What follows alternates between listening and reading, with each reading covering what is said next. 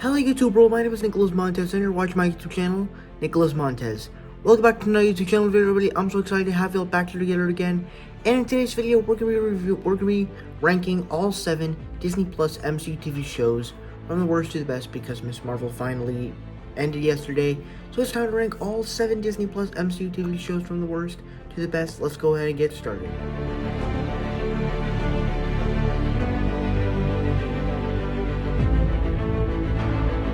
Now, to be clear, I think all these shows are good in their own ways. For me, Loki is just the weakest. And, because, you know, when it first was announced, like, I was excited for it, kinda, because, you know, it was fun. I liked the Loki character as a whole. And I thought it would be fun to see this character again. But at the same time, it's like, you're ruining the arc by bringing him back in when he died in Infinity War. And honestly, like, it is kind of cool to see what would happen after he stole the Tesseract. Like, what would happen after that. So the idea of that is cool, but I don't think it's something I would want to see. But at the same time, I think that on the positives, I think that this exploring a different version of Loki was actually pretty cool, as he's a Loki that hasn't experienced the events of Ragnarok, Dark World, and Infinity War yet, so he's kind of seeing that stuff for the first time, and I thought that was really interesting the way they did that. Also, I think that the interactions between Loki and Mobius I thought was awesome. The Sylvie character I thought was pretty cool. The little structure of the TVA and the time travel stuff and stopping branches and Nexus events, I thought all that stuff was really cool. And even seeing some Loki variants I thought was pretty awesome and fun. And then of course the special effects in here are amazing. However, when it gets to the actual story of this show, it just becomes so convoluted, because it starts off, and with Loki character, I love what they do as they kind of explore this character where they kind of dive into what makes him tick, why he does what he does. And I thought that was really cool about this episode. But the big problem here is the story, as it starts off, Loki gets kidnapped by the TVA, but then they start to become friends with him as they use him to track down a Loki variant of him that escaped. And then they go off, they have an episode together, and then episode 4 sets up who's behind this. And then episode 5 does the same thing where it has time with our Loki variants. And then episode 6 figures out everything, and it's like, what just happened? And so it's like a frustrating show as it kind of twists between episodes and has 2 episodes that focus on something, and it's just so weird. So while it is enjoyable, I could not get into this show. I am excited for season 2. You know, I'm excited what they're gonna do with it, but I just want to know what's gonna happen in season 2. So overall, it's a good show, but it's not my favorite.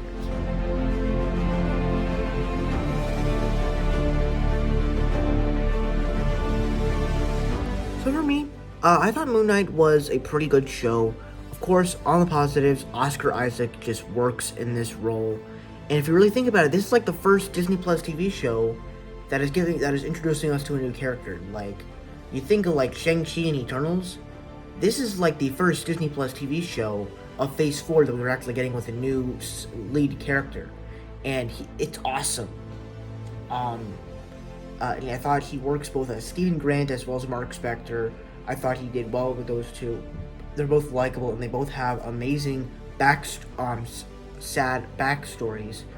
And just kind of, and then of course, you know, Arthur Harrow I thought was pretty cool, as he's a villain that's not trying to kill the hero. He's trying to be like this doctor in some sort of sense. And I really like that about the show.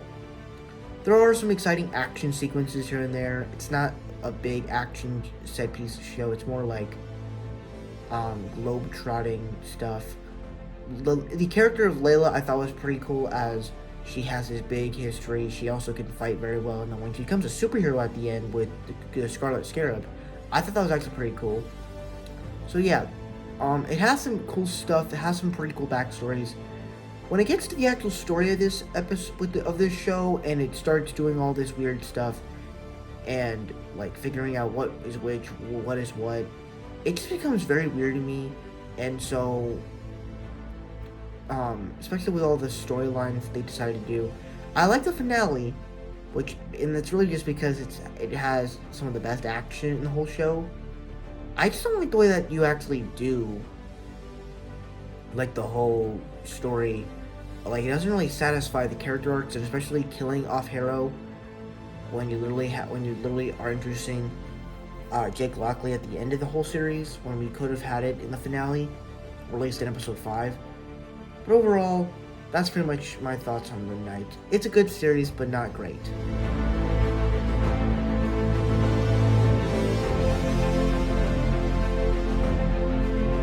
Now, to be clear, I think that this show is pretty good. You know, it basically takes that tone of what they did with like Spider-Man, and basically takes this superhero who's a high schooler that's a huge fan of the Avengers and stuff, and basically turns that into this show. And the fact that she turns into a superhero herself was fun. The fact that you get to learn about her powers was great. The style of texting and then putting it on the walls and stuff and all the images was pretty cool. All the little nice characters are pretty fun to be around with. When it comes to the actual story of this show, with the Jinn stuff, the backstory of Aja, and the damage control police, I just think they added too much storylines, and even then the damage control plotline I don't think was executed very well, because they weren't in the show as much. So that's kind of weird. And then also they ruined her whole origin story of making her an Inhuman, and turning her into a mutant, and connecting her with X-Men. And I don't really think that's the best case to do it with this show. So I'm excited to see what they're going to do with her in the Marvels. I'm pretty sure she'll be a lot more fun to be in with when she's interacting with other characters, and she'll be fighting other people. But as a lead character, I don't think she works as much, or at least in her show, I don't think. But because you're going to be in a Captain Marvel film, I think it'll work. So I'm excited to see her in the Marvels, but as of right now, it's not my favorite show of Disney Plus Marvel.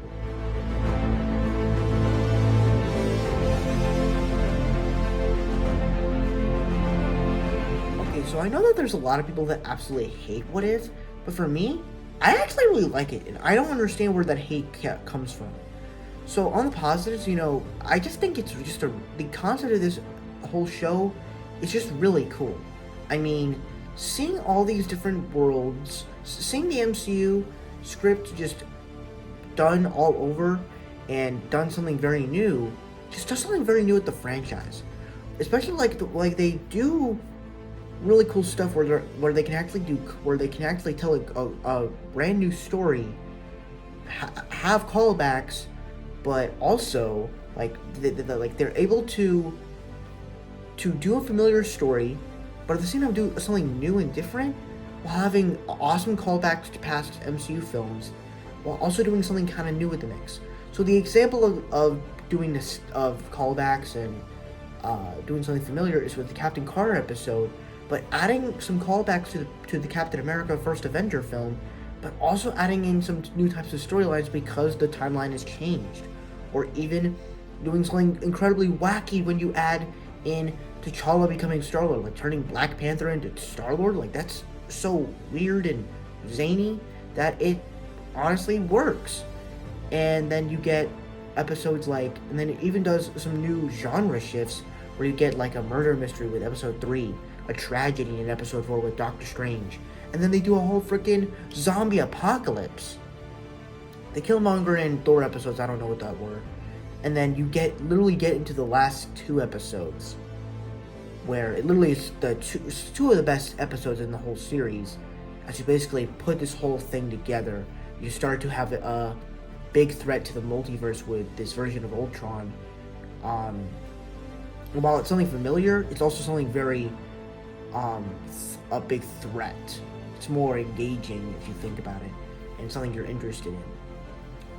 So yeah, and also I think the animation style of this works very well. So yeah, it does well while it does a familiar story, it has great callbacks.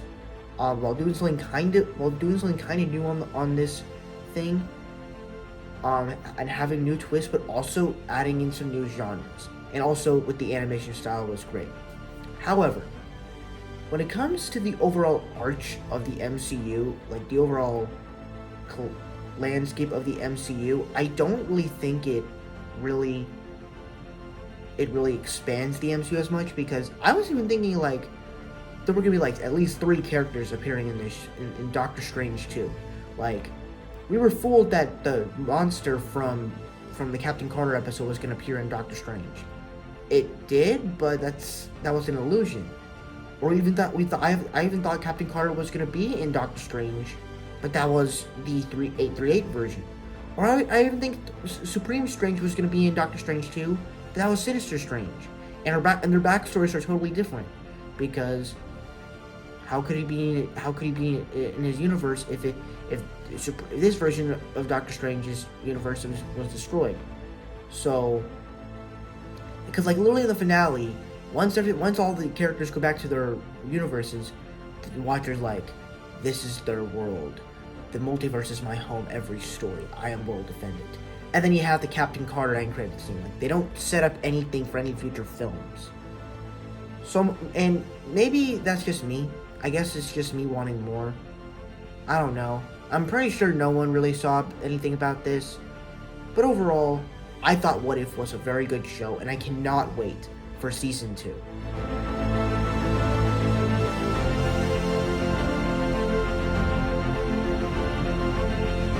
Now, this is actually another show that just gets a lot of hate, and honestly, I just still don't, once again, I don't understand why this show gets so much hate. It's not that bad of a show, and that it basically is a series that explores these two characters, because, I love the Captain America trilogy. I think it's one of the best MCU trilogies of all time. Like, besides the Spider-Man trilogy, Captain America is one of the best trilogies. It's well explored. It has complete character arcs, and with this coming off of Endgame, taking these two sidekick characters of Captain America and putting them into the spotlight, I was like, that's awesome. While having this tone of Winter Soldier and Civil War, all that sounded amazing, and it honestly works. Granted, it's generic Marvel, like Winter Soldier and Civil War, kind of like Black Widow. Black Widow was generic Marvel. This is also part of generic Marvel. But what I personally loved about this show, the story sucks with the Flag Smasher plotline and adding all this character stuff. What this show does really well is exploring the characters. Right after that, with Bucky and Sam with Bucky, you get this plotline where he's been in the ice, he's been doing missions left and right, he hasn't really had a time for peace. And so in this show, it's all about like him making amends. And even the little plotline with the old man and everything I thought was pretty cool. But they didn't really do that until like the first and last episode. But however, I think the more interesting arc with this show was with Sam, as we're exploring him, what it means for a black man to become Captain America. And not only that, but with the Isaiah Bradley plotline, where he is a super soldier, and they kind of show you what a black super soldier, they were treated. And it's very, I can't believe they actually did something like this in the MCU, and it's something impactful and something very emotional, and it's just one of the most oh sorry, that was my computer. That was just something very emotional in this show. But I love the arc that Sam Wilson goes on in this show of from becoming Falcon to becoming Captain America, and I love that. This and the Captain America suit he wears in this show was absolutely amazing, and learning to be Captain America I thought was awesome. And that little message from where he's like, when Steve gave me the shield, it felt like it belonged to someone else, but then he starts to realize that someone else is him. So that makes sense. And then also, I also loved the John Walker plotline, the John Walker character. At first, I was like, I don't like him because he's replacing Steve. Like, he's not Steve. But at the same time, it's like, that's what makes him interesting, because he's basically the perfect soldier. As this is basically what General Phillips would have wanted for a super soldier in the war, where he didn't want Steve to be the super soldier in the war because he wanted the perfect soldier. He didn't want a guy to think. He just wanted everyone to beat the hell out of Hydra. And that's basically what John Walker is. He doesn't think about saving these civilians. He doesn't think about what's going to happen if they get killed. He just wants to get the mission done, and that's it. That's his mission. He gets the mission done, and that's it. And I thought that was really cool. And then, like, at the same time, it's like, you can have fun with him, but he also has anger issues. So that's also something I thought was really cool. And also, like, the comic book accuracy characters with Battlestar and stuff, I thought was pretty cool. Sing's demo again after him in Civil War, I thought was pretty cool. Pretty cool little arc. Especially when you get to that scene in episode 5 where he smiles as he's about to go, but then he doesn't. Kind of a satisfying arc for him killing super soldiers and the Flag Smashers. Sharon Carter, seeing her again, I thought was pretty cool. Not the biggest fan of her becoming the Power Broker, by the way, because everybody was so surprised by it, and I wasn't, because it was obvious. But listen, I did not want to go down this path. I'm wondering how that plotline at the end of episode 6 is going to turn out, with her, taking over the U.S. government and stuff, but we'll see how that goes. And I think the thing to close out talking about this show is that, much like the Captain America films, the action in here is, of course, amazing, especially when you get into episode 1, where he basically starts, like, it basically looks like a Marvel movie, where there's explosions, your helicopters, Falcons flying everywhere. It's awesome, but then you also have hand-to-hand combat. You have people punching each other in the face, or even the brutal fight in episode 5, where you get the fight between Sam Wilson, Bucky, and John Walker, or even the bus fight in episode 2. All the fights in here are amazing. So to talk about the negatives, the Flag Smashers weren't that interesting. I liked Karl Morgenthau in episode 4. I think that episode 4 was like one of the best episodes for this season. But for me, that's really all the issues. Like, there's a couple of plot lines I wish could have been more explored. Sharon Carter was not the best one, but I did like seeing her again. Karl Morgenthau and the Flag Smashers could have been better, but overall, I thought this was a really good show. And I guess the other thing I can talk about here is the reason why episode 6 is a little bit disappointing for me is I wish other characters came in. Like, when Torres got the wings, I was thinking, is he going to become the Falcon the next episode? Is that going to happen? Or even War Machine, since we saw him, like, is he going to come back and help Sam defeat these guys? Like, he's got to come back. And they didn't do that. But overall, I thought this show was really good.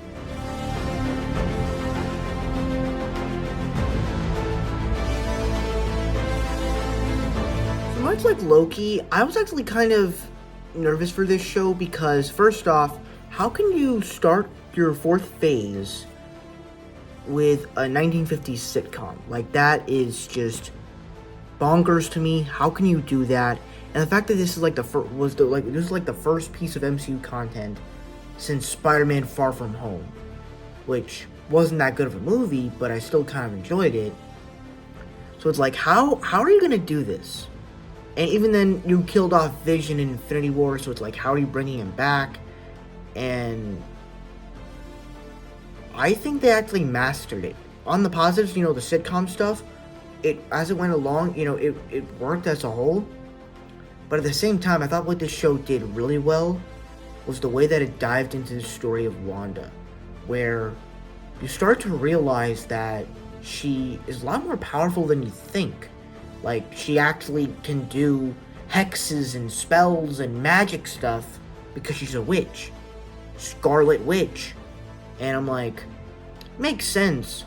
And then you start to realize that she has had her powers all along. And it's like, I never knew that. I thought the Mind Stone was the thing that gave her the powers. Kind of like with Quicksilver. It did that too. And also, like, the acting from Elizabeth Olsen in this show was instantly insane, where, like, she can be the funny girl, like, sitcom girl, but then she could also be the very serious one. And I loved that about this show. It was just, her backstory was just so deep, so amazing. That 8th episode really what made me love Wanda as a character even more. And I'm actually one of those people that defend her for, like, that whole line that everybody says, they'll never know what you sacrifice for them. I understand why people don't like it, but at the same time I don't, because she sacrificed losing Vision again, because this life was kind of meaningful to her, especially for the last 8 episodes, and so I thought it was meaningful. And even then, like, I'm actually one of those people that defended her. Like, she didn't know she was taking over a whole town of people. She didn't know she was taking people hostage. She just wanted to be with her boys, and she wanted to be with her family. Like, she didn't know. And so even when the story leads into Doctor Strange 2, I thought that was amazing. But, you know, even at the same time, you know, the side characters with Vision, Paul Bettany, seeing him again, seeing Darcy again, even seeing her in Thor: Love and Thunder, I thought was pretty cool. Jimmy Woo from Ant-Man and the Wasp, I thought was pretty cool. Seeing an adult version of Monica Rambeau and seeing her superhero origin story come to life, I thought that was really interesting to see. Dr. Hayward was an interesting villain. I don't think he was the best, but he was fun. And then when it gets to, like, some of the action sequences stuff, I think it works, but at the same time it doesn't, because the show doesn't set it up like that. The White Vision stuff I wish was more explained. Agatha Harkness was a fine villain, I guess. Billy and Tommy I thought were pretty fun characters to be in this show. And the whole Ralph Boner joke I thought was not the best thing. I honestly wish that this show could have opened up the stuff for the multiverse, but I guess they didn't do that. But overall, I loved this show, and I absolutely love it so much.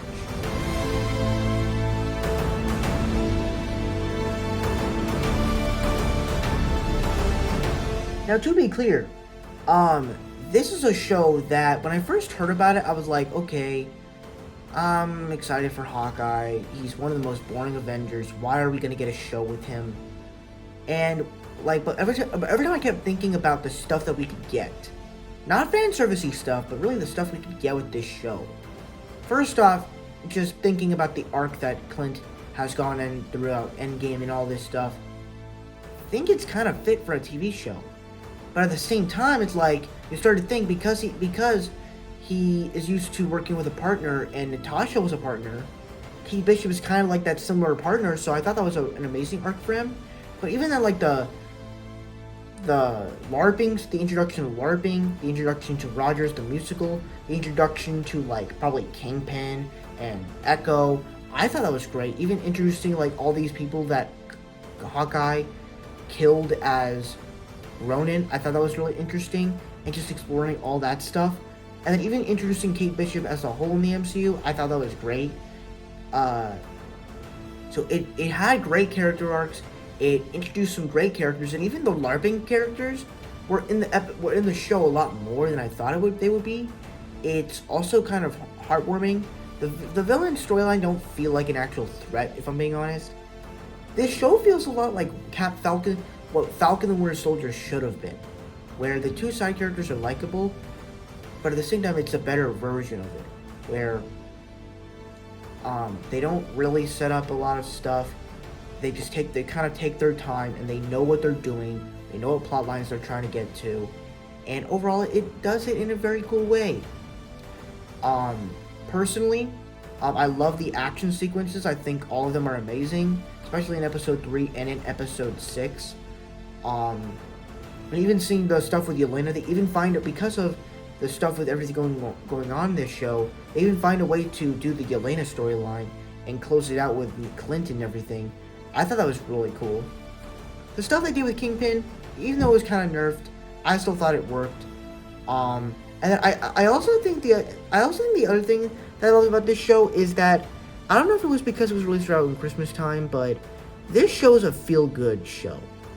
And honestly, this is the true Christmas thing for the MCU. Like, you could say Spider-Man was the best Christmas gift.